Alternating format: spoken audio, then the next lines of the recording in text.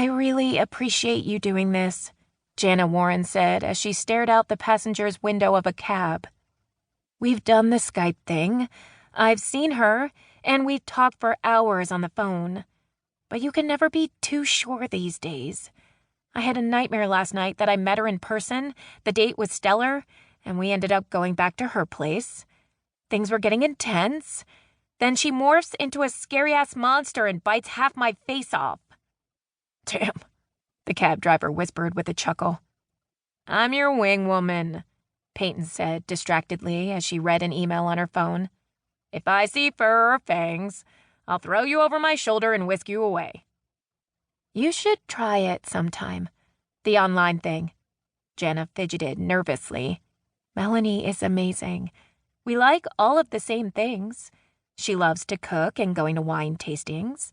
She'll devour a whole book in a weekend, sometimes two. She's fiscally responsible. Her retirement plan is kick-ass. Jana sighed. She's perfect. Or at least, she seems so. But tonight we'll decide if all of our chatting will pay off. Payton stuffed her phone into the pocket of her jacket and laid a hand on Jana's shoulder. Relax. You babble when you're nervous, then you get mad at yourself and clam up, she said as she picked a piece of lint off Jana's sweater. You look great. And you smell pretty good. You'll do just fine. Payton's advice fell on deaf ears because as the cab pulled up at the curb in front of the bar, Jana began to pant like a dog. Payton pulled a couple of bills from her pocket and handed them to the cabbie. Give us just a sec, please. I can't go in there. We were doing so well online. Why should I mess it up? Payton met Jana's unfocused gaze. This is for your own good, she said, and thumped Jana on the ear. Ow, shit! I hate it when you do that, Jana shouted and climbed out of the cab. Don't judge. We would have been here for an hour otherwise, Payton said with a wink for the cabbie, who stared at her in the rear view. Then she climbed out of the car. Jana, open that door and go in, or I will punch you in the forehead. Jana grabbed the lapel of Payton's jacket and drew her close. You stay at my side, and if I start sneezing, that'll be my cue to drag me out of there. Count on me.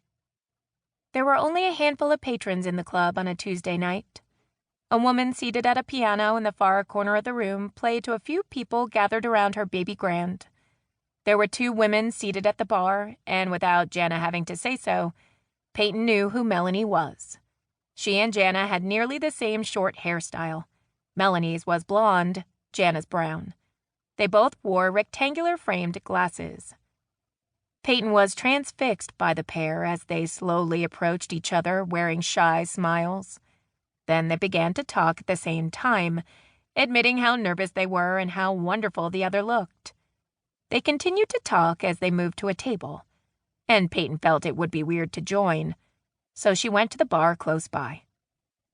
I don't think we're needed anymore. Payton motioned for the bartender and set her gaze on the woman seated next to her. Are you Melanie's wingwoman? Ryan Seeley, recently a retired wingwoman, she said as she put her hand out. Payton Foret, retired as well. Pleasure to meet you. I'm not the one Melanie wanted. She thinks my partner would make a better bodyguard, but Lee had to work late. Ryan glanced over her shoulder at the pair of lovebirds. From the looks of it, Melanie won't need any protection or emotional support. I had to resort to physical motivation to get Jana to come in here. She was seconds away from a complete meltdown. Payton winced. I hate first dates. They're so awkward. You're sizing them up, and you know they're doing the same. You constantly wonder what they're thinking as you try to make a good impression. It's kind of like a poker game. No one shows their hand, and the tension mounts. Ryan nodded with a smile. You sound like someone who's been fixed up a lot.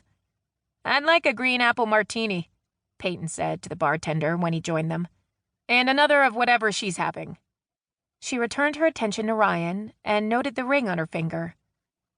I have been the project of a few matchmakers. You're one of the lucky souls who has found your other half and is living out your happy ever after.